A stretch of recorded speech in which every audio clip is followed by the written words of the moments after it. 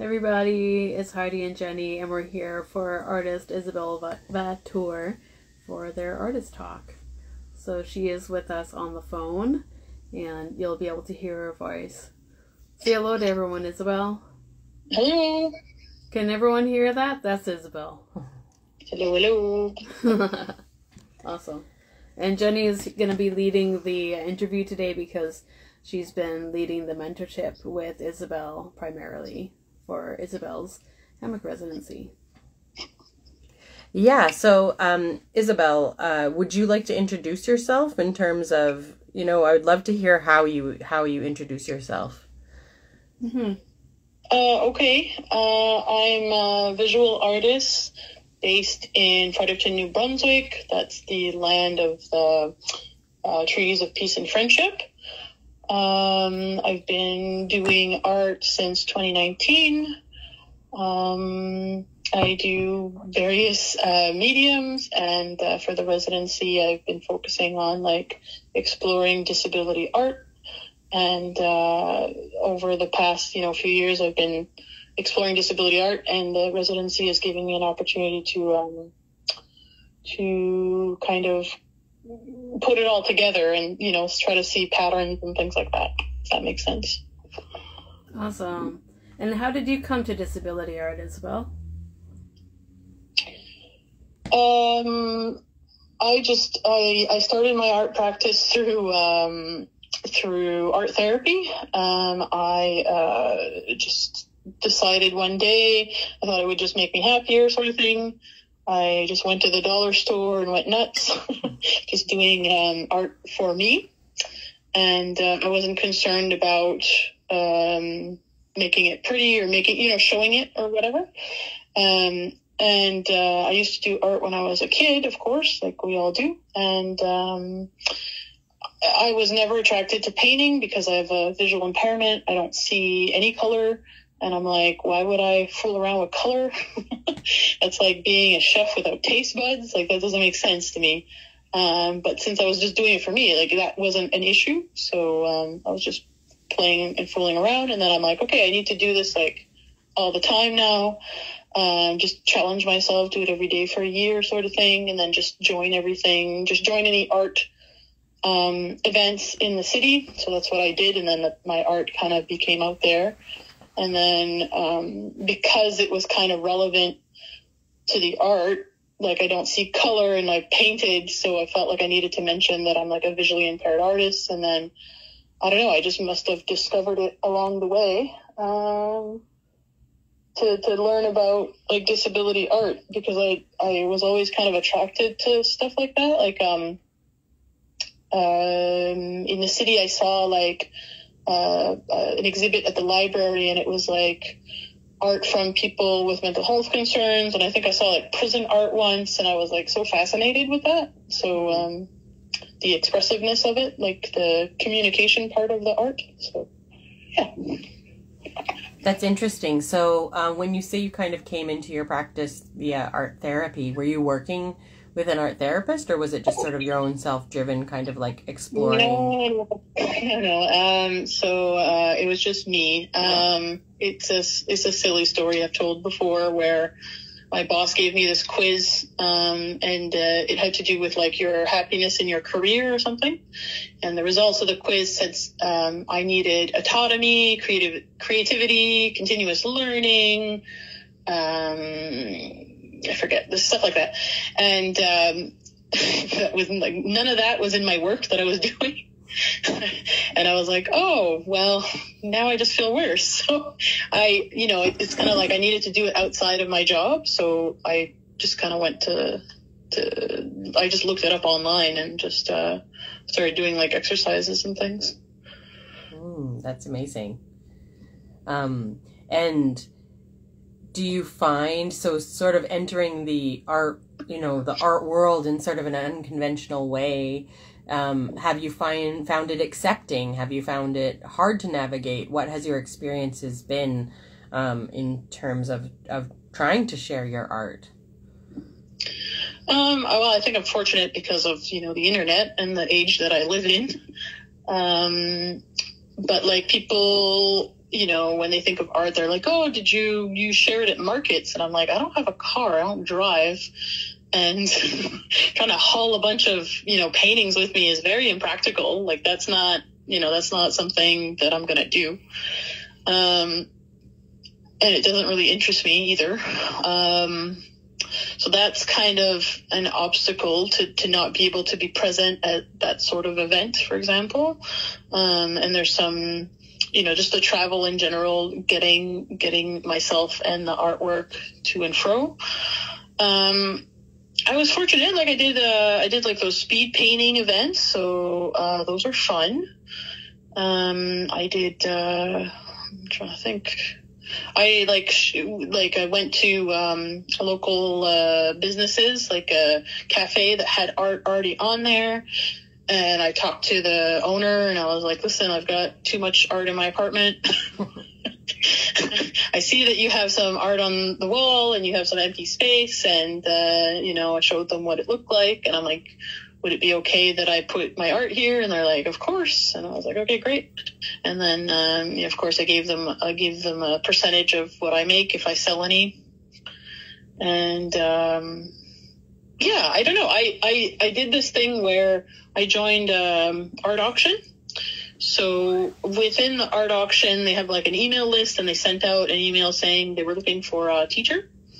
And I was just learning different techniques on my own, like how to paint with oils that are non-toxic, how to do acrylic, how to do pastel, whatever. So I was just learning each thing on my own and teaching it to myself. And I had just learned how to do oil painting, and this student, I forget how old she was, like 11 or maybe in high school, was wanting to learn oil painting.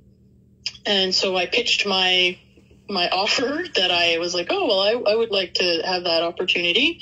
And they accepted me, surprisingly. Like, I didn't have any experience. I just taught myself. And I guess I was focusing on the non-toxic part. And I think I was one of the younger applicants that applied for that opportunity. So maybe, I don't know why they chose me, but they did. And because I got the opportunity, I went to the craft library, and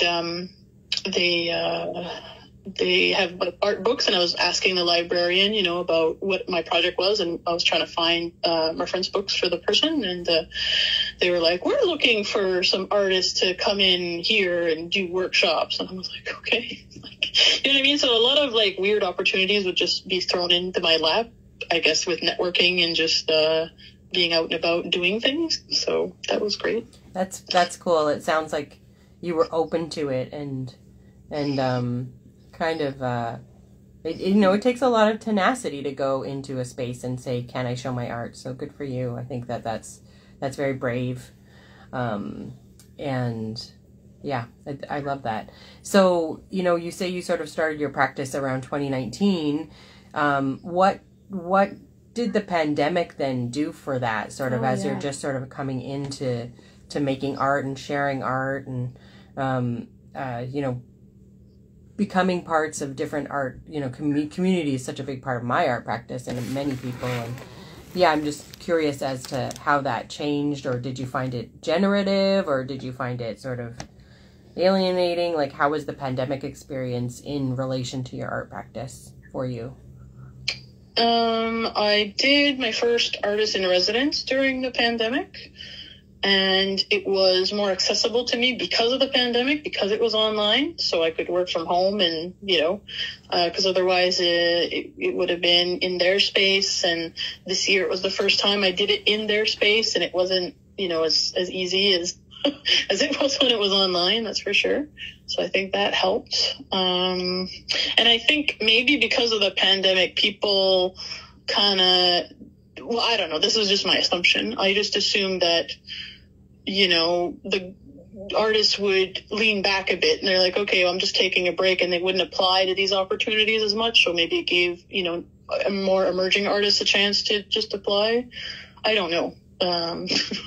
Because I did apply for things like a solo exhibition, and I got rejected. And then maybe a few months later, and I asked them for feedback. I said, is there anything I can do to improve is there any feedback that I can get? And they said, no, it's good. You were on the short list or whatever. And then a few months later, I guess somebody dropped out. They didn't want to do a solo exhibit during the pandemic, or they got sick. I'm not sure. And then I got the opportunity. So, I don't know. I think it was good. I did a lot of art. I did more art during the pandemic than I'm doing now, that's for sure. I'm doing more art admin stuff currently. Yeah, I mean, I think a lot of artists, get surprised once, you start really working with your practice and trying to find more opportunities, how much the administration portion takes up. That I think many people feel, you're like, whoa, I thought I was going to be making art, and here I am filling out applications and organizing things. And so one thing I know that because we've talked about it and we've worked together a bit, is that your website, which is Creating Access, is it .org? Is looking to sort of create this hub of disability arts in your region. And I know you've put on a group show, and you're putting on another group show right now. It must be coming up really soon. Yeah, now we just had it on Thursday. Amazing. So. Well, congratulations. Yeah. And so that's I think also really amazing that you kind of came into art and now are sort of leading the creation of these communities. And what do you feel like that's done for your art practice in terms of bringing all of these people together? How does that make your art evolve, or does it inspire you? Does it influence you? Or what does that community mean to you growing as an artist? Well, like I said, I've been doing less art, so I don't think it's been growing as an artist, but I think I've been growing as, what is it called? A curator or an arts administrator, or what do you call it? Cultural worker. Mm-hmm. Yeah.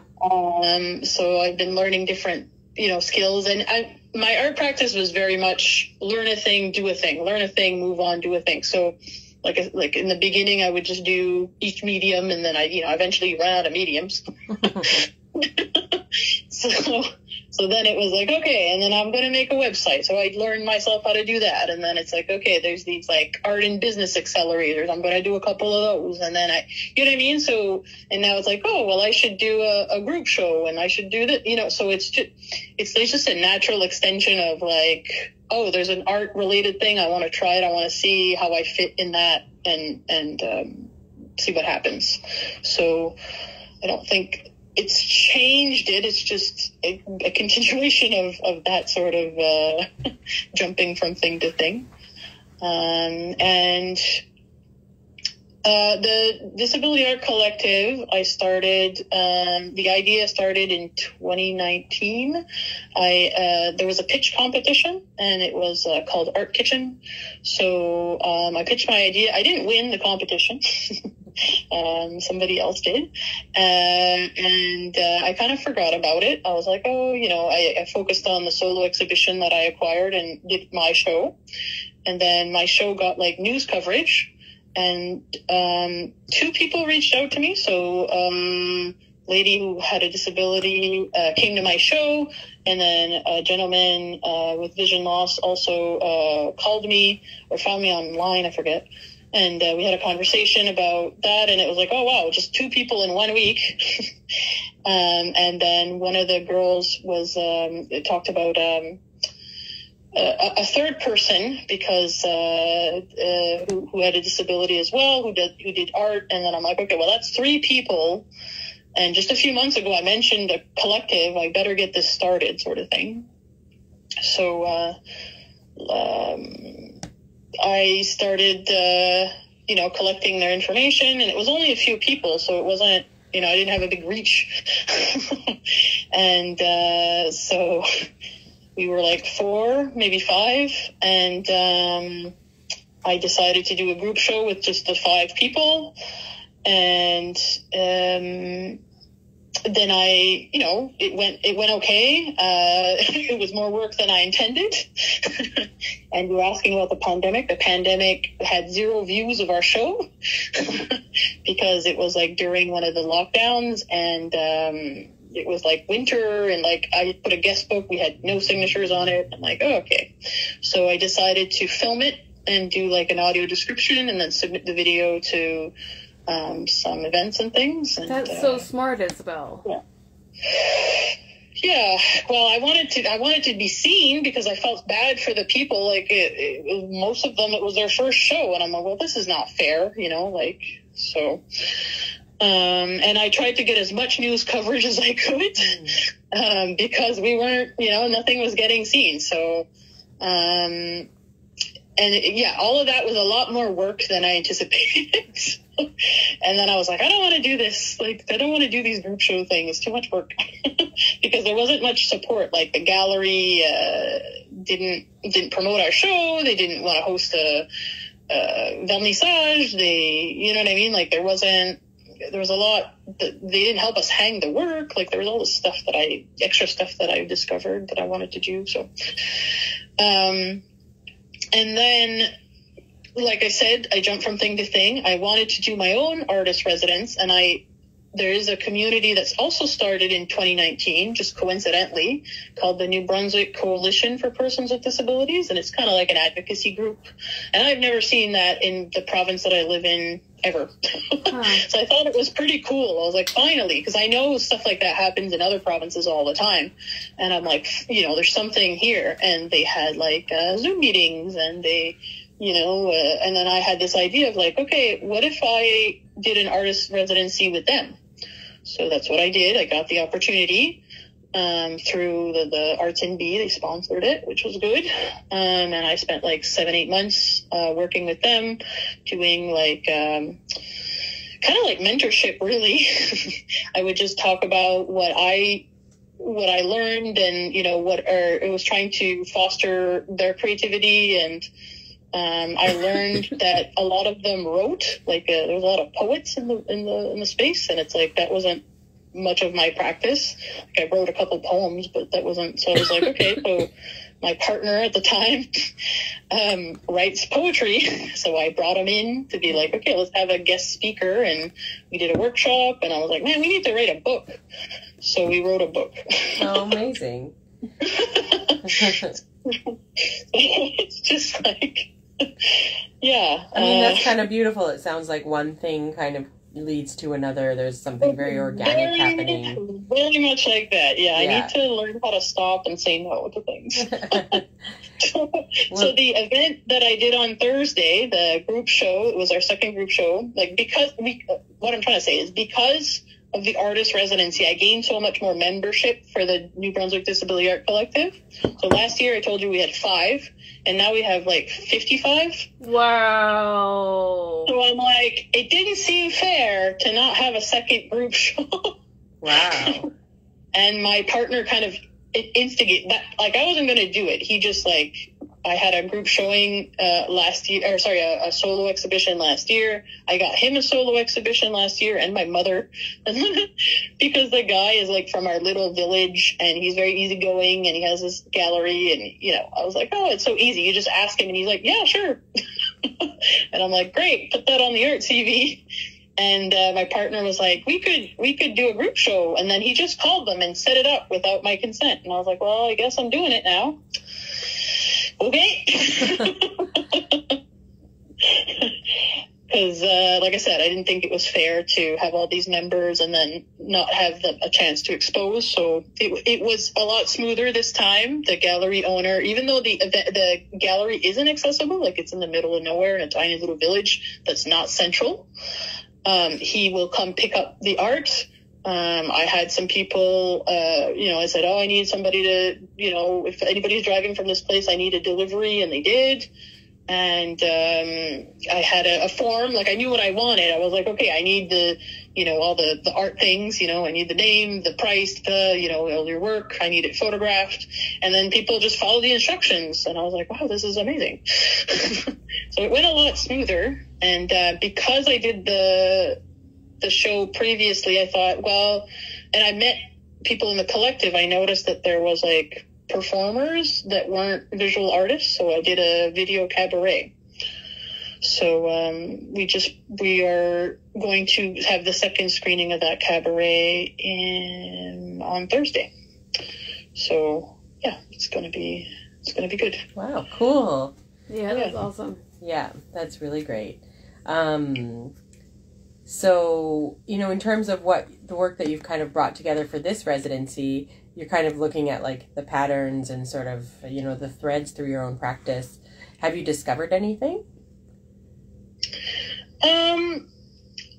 I think I thought it was like an invisible issue, because it's like, okay, you think about 70% of people with disabilities have an invisible disability. So how do you represent that in a visual medium? Like, it didn't make sense to me. Was kind of my thought process. So, and then I kind of collected all my tools, I have like telescopes and magnifiers and software and white canes and whatever. And I'm like, well, what if I incorporate these things that we usually, us as persons with disability try to hide or diminish? Like, what if I kind of put it in the artwork? Because it is kind of an identifier. And then it was like, okay, but how do I expand on that? Because that's just a symbol. That's just, you know what I mean? It's just pointing to something. There's more ideas, And then it became like, okay, how do I make these images, like these images that we see all the time, like the little wheelchair symbol on the parking, How do we make that different? How do we make it cool? How do we show people have lives? You know what I mean? And then it was like, I don't know. And then it was like different mediums, right? I did some installation work, some drawing, some painting, some photography, and video, sound. So I'm very interested in like the tactility of the work as well. Like, how do we make it for all the senses, So it's all over the place, as my practice is. Yeah, no, it's truly interdisciplinary, which I love. I approach creativity that way as well, so I really get it. Yeah. How, you probably get this question a lot, but in terms of your visual impairment, how does it affect your painting, and how does it affect your art making? In terms of, you said you don't see color, so when you're making choices, I'm just curious about the actual process.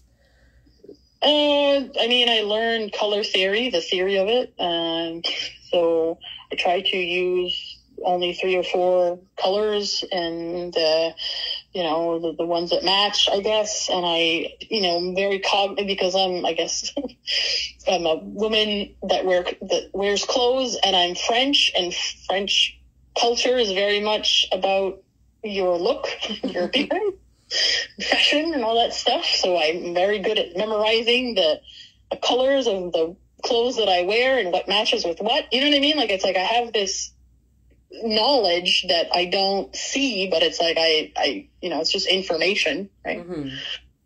It's kind of like you could tell me, somebody could talk to you about electricity, but it's like I don't know how to make it work. Like, I just know the theory. Yeah. So I use paint that's what's it called? Like pure pigments. So there's less chance of having weird combinations, like the yellow isn't mixed with the green. You know what I mean? So or the random other things that would cause confusion. I don't know. People ask me, like, why don't you just work in black and white? I'm like, because art sets come in colors. Like, what do you want me to just throw away the other paint? Like, it needs to be used. What do you mean? Yeah, no, of course, yeah. Ysabelle, I thought I'd read out some of the comments that we've gotten on our Instagram, on our live. So, Fully Woven says, quote, "So we wrote a book. Wow." I loved that one. And Kathleen Ledger 92 says, "Ysabelle's a beautiful soul, I tell ya." Kathleen is in the book. Oh, amazing. Yeah, so basically, I should clarify that. So it's a group poetry book. So it's a kind of like an anthology. So I didn't, it wasn't that difficult because my partner, again, is a poet and he's written a couple books. So he wrote the foreword to our book and he helped me organize it a bit. And since I'm an artist, I did the cover page. It wasn't, so we just printed it. But yeah. Yeah, we were talking about the process. Because so most people's vision is 20/20. That's a normal state of sight, I guess. And mine's 20/200. So, what you see at 200 feet, I have to go all the way to 20 feet to see it, sort of thing. Yeah. Mm-hmm. So, I take a lot of pictures on my phone and I zoom in a lot. So I don't, if you notice, especially when I started, I did a lot of portraits.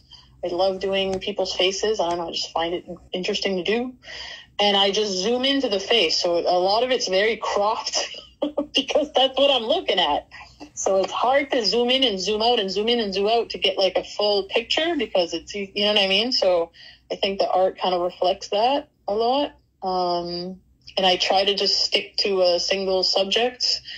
I did do, when I applied for an art grant, I did bodies in motion, and I'm a swing dancer. And I wanted to paint swing dancers because I thought, why not? I do the thing, I have the pictures, why not do it? And it was a lot more difficult than I anticipated because of the zooming in and the zooming out. You know what I mean? It kind of changes it keeps moving, so it's hard to do. But that's maybe, that could be really interesting in terms of how you see the moving body, or, I think that there's a room for you doing it the way that you see it, Well, it definitely helped that because I've done it for so long that I knew what the movement was. So I knew what the next logical movement was. You know what I mean? I know that your arm was going to go this way and your, whatever. So it's okay. So that helped. But, it was a bit challenging for sure. I don't know.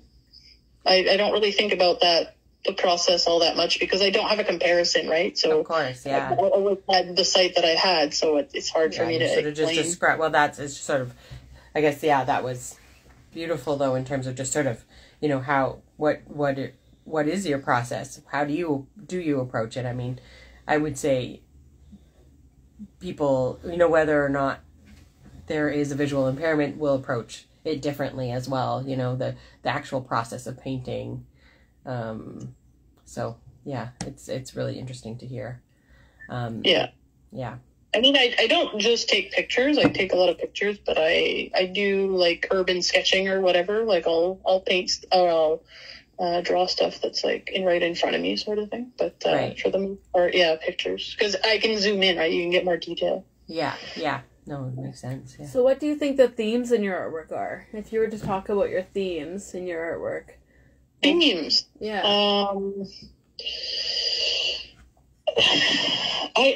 I once described, I really like poetry in the sense that it's, when you read a poem, it's especially the slam poets, or you should say when I hear a poem, it's visceral, because it's usually their personal experience, and it's it rings true, and if you feel kind of your heart vibrating, it's oh yeah, that's you've uncovered something that I've experienced, but I've never articulated before. That's always kind of what I'm going for. Mm-hmm. I don't know if I succeed in it, but that's what I enjoy about other people's art.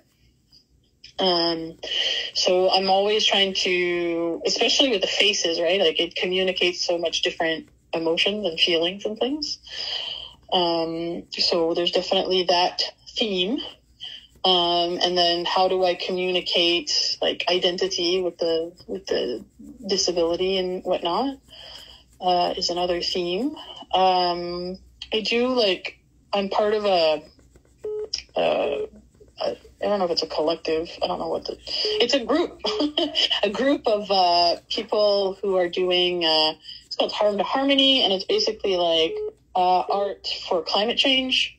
So there's definitely some nature elements to my work as well. And, you know, how to try to communicate that. There's lots of, you know, different themes, and I'm trying to figure out how they all relate, but maybe they don't, you know, maybe they just have different, it's kind of like, you know, your diary, right? Your emotions, you pour in what you're feeling, and then that's just a communication, a reflection of what shows up on the art, I guess. If that makes sense. Yeah, that's very cool.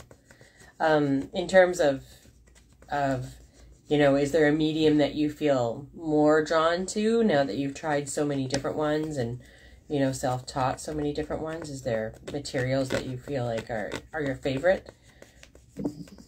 I really liked gouache, mostly because it's so versatile and it's easy cleanup. Yeah, I need to get back into painting. The last time I painted was like a few weeks ago at a speed painting event, and it was like, it felt so alien when I was doing it. I was like, what am I even doing anymore? I don't know how to do this. Because I had an idea in mind, but I couldn't execute it. You know, you only have 20 minutes, so you don't have that much time to, you know, belabor your point. You got to hurry up and do it. So the idea became, I think I changed my mind 3 different times in the 20 minutes, so it just became an abstract painting after a while. But yeah, I want to get back into actual painting, so gotta get rid of all this administrative stuff first. So you're going to be coming to Vancouver for the show. Yay! Are you excited about being here? Of course. But are you excited about what you're going to show, or is there anything you want to, you know, you hope to sort of see or learn when you come to BC? Oh, so many questions in one question. I know, sorry. I seem to do that. In terms of what I'm showing, I think I'm showing, it's different than what's on Instagram. So I thought, you know, I'll show just different phases of the work, because I feel like the disability art is not the pretty art that I make, if that makes sense. It doesn't have as much aesthetic value as the faces and things that I like to do. Because it's just trying to communicate the idea. And sometimes if it communicates the idea, it doesn't really matter what it looks like, you know?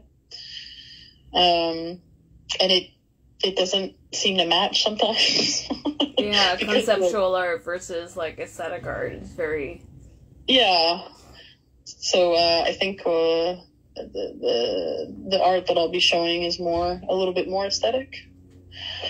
And yeah, I mean, I you know, because of the pandemic, it was nice to go on a lot of Zoom events, and I think I learned more about the disability art community through there, because there were so many things happening, and I was researching, you know, disability art throughout Canada, and then I saw like different organizations that exist in almost every province except mine.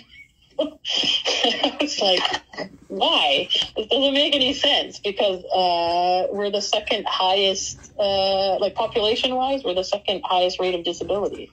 So it's like, why don't we have this? So yeah, that is strange. Yeah, so I'm kind of informally it, I guess, because when I got interviewed for things, they were like, oh, disabled artists in the media. Wow. Like, it's like they never saw it before or something. And I'm like, okay, wait a minute now. Hold on. I'm sure they exist. We just need to find them. Yeah. Then again, coming back to that invisible disability thing, you know? Yeah.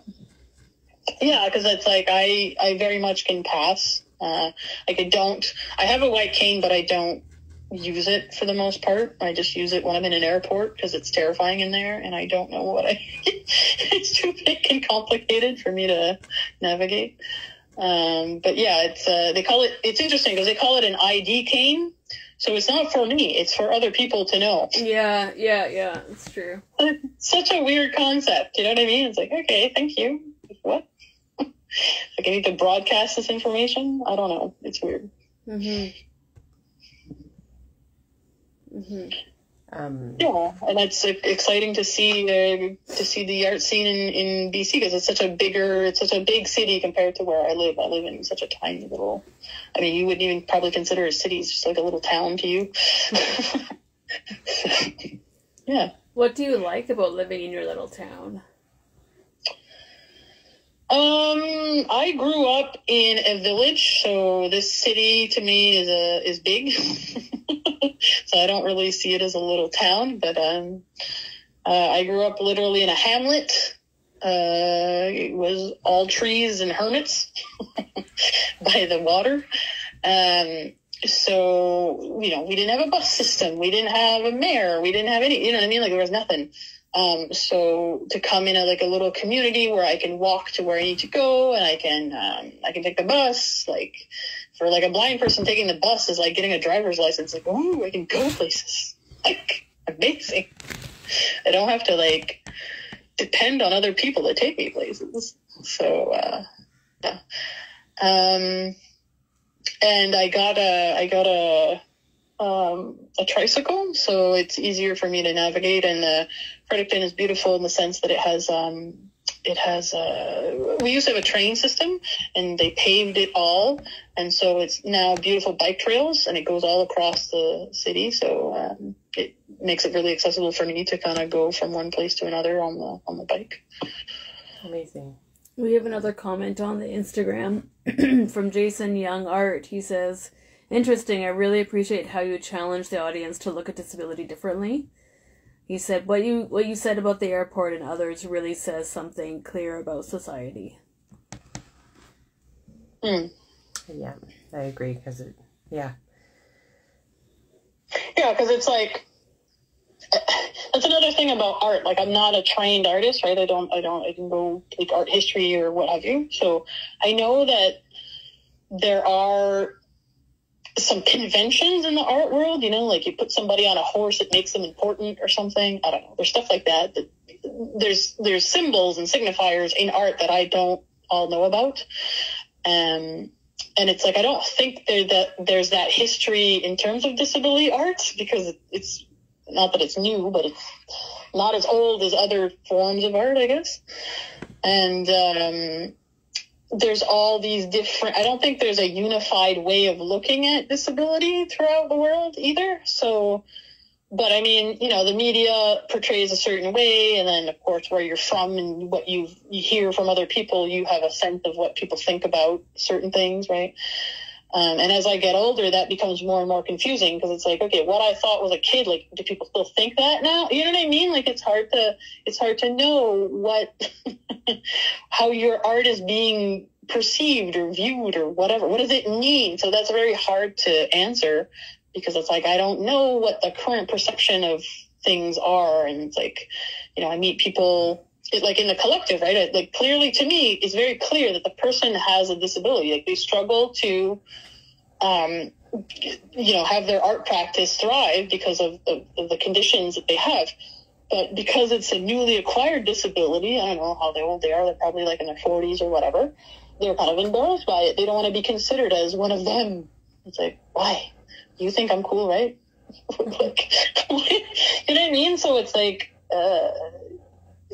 at first it was like, how do I make it, how do I change able people's bodies, minds?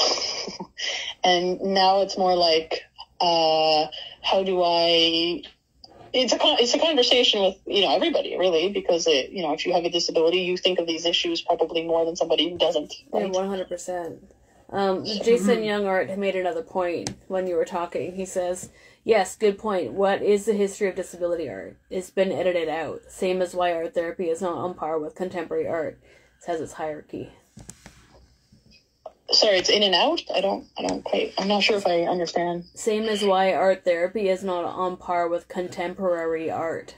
Okay. Hierarchy. Mm-hmm. Yeah, and it's like I've heard, disability artists aren't really considered, they're considered like outsider artists or naive artists or whatever. Mm-hmm. I've had somebody told me that, and I was like, is that supposed to be a compliment? Or I was so weirded out by that. I was like, what? They're like, oh, naive, like you don't know what you're doing. No, wow, that's so insulting. Mm-hmm. And they're like, it's an art style. I'm like, yes, it is technically an art style, but if you look at the word and what it means, like, what are you saying to me? They're like, oh, well, what's her face from Nova Scotia with the folk art? And I'm like, yeah, she also probably had a disability if you considered her life. But what are you gonna do? Yeah, it's difficult because what people think is a compliment is often not a compliment, you know. Right. Yeah. We're getting close to the end of our hour, but do we have any other questions, Heidi? Yeah, I don't know, and I wanted to check in. Ysabelle, are you, like, dying to get a few good points out, or are you feeling kind of like we've tapped you out? I mean, I can talk all day.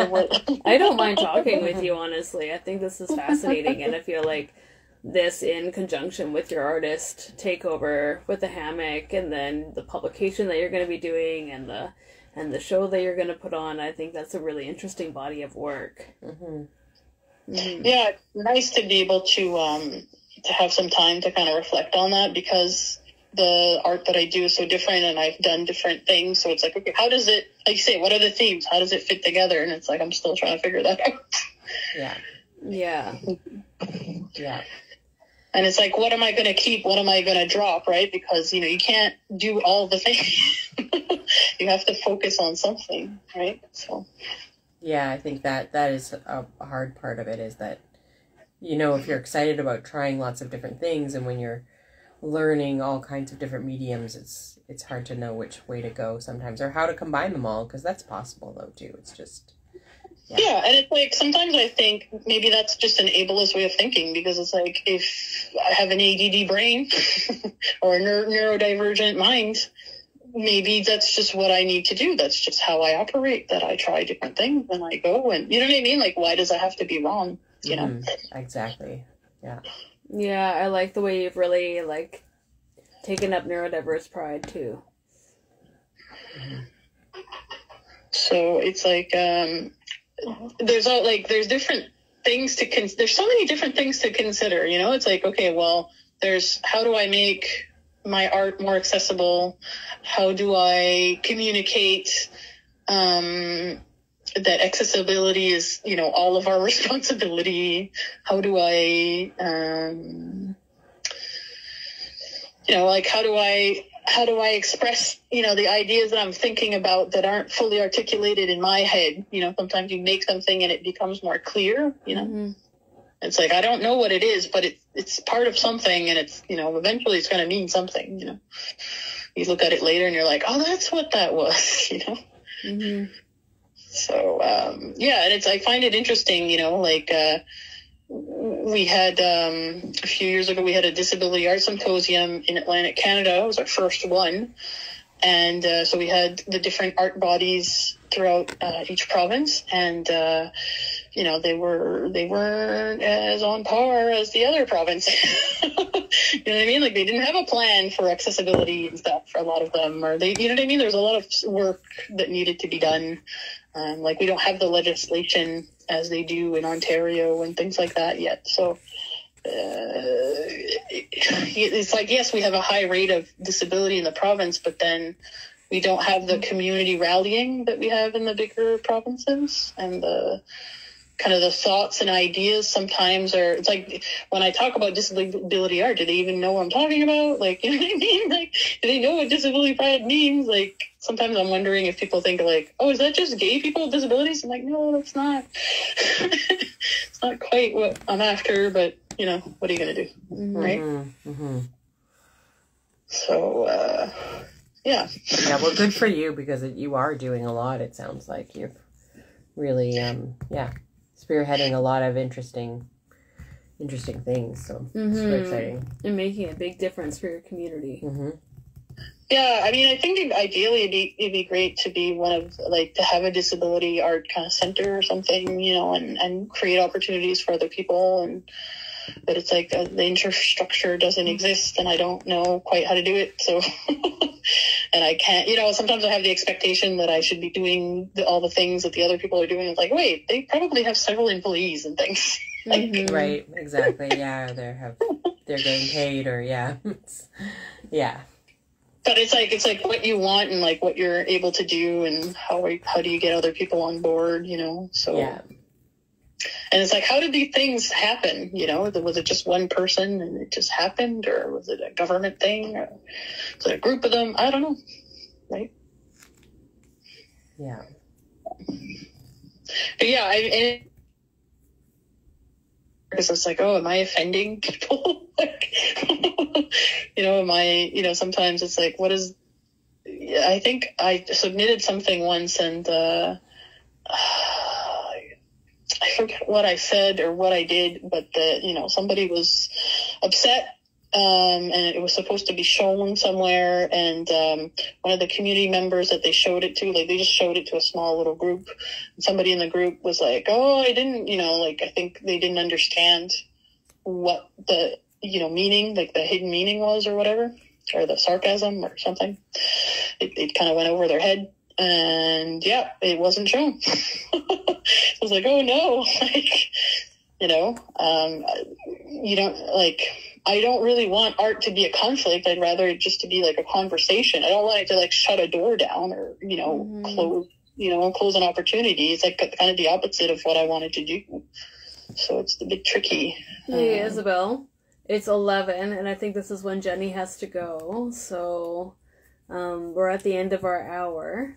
But I wanted to share this comment because I thought this is the perfect comment. They just put it on the Instagram live chat. The Fully Woven says, as a disabled person and artist, I think about these things a lot. I'm glad you're talking about them. Thanks. Yeah, great. Yeah, that's Thank lovely. you for hosting this. Yeah, it's been so nice to hear about your practice. I hope everyone listens to this talk. I think it was fantastic. Yeah, thank you. Yeah, I think it's really great to expand on it really fits in with what you've been showing, and yeah, so thank you so much. Excited to meet you in person. Yeah. Yeah, we only have a few more months, and then we'll be in person putting that show together. Yeah. So exciting. So exciting, really. And how all the other artists kind of relate together, and what the theme of that and getting that accessibility grant to bring you out was that was fantastic. I was so glad that came through. Yes, I'm very grateful for that. Yeah, me too. Yeah. When we put that together, we were like, oh, fingers crossed, and it worked. So that's fantastic. Yeah, good job on all the work you're doing in New Brunswick. It's great. Thank you. Great, Ysabelle. Well, thanks, and thanks for rolling with the technical difficulties. All right. Take care. Okay, bye. Bye.